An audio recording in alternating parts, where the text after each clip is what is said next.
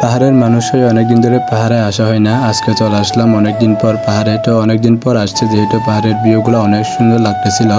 আর এখানে একদম বাঁশ গাছগুলো জমা আছে পাহাড়ে, যেগুলো পরে আছে আর কি বাঁশ গাছগুলো, এগুলো বৃষ্টি পড়ার সময় পানি সেটে চলে আসছে আর এক জায়গায় জমা হয়ে আছে।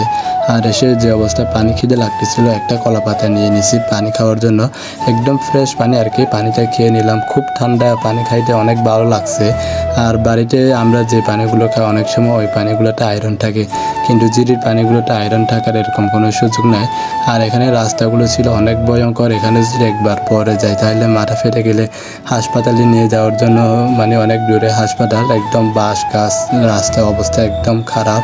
তারপরও যেহেতু নিজের পাহাড়ে ঘোরার অভ্যাস আজ ছোটো থেকে, অনেকদিন পর আসছি, ভালো লাগছে অনেকদিন পর এসে। আর এদিকে দেখেন জিরিগুলো কিন্তু এখন পানি তেমন নাই, পানি কমে গেছে আর কি। এখন বৃষ্টির সিজন না, তাই পানি নাই, একদম শুকাই গেছে। যখন বৃষ্টির সিজন তখন আবার পানি থাকবে।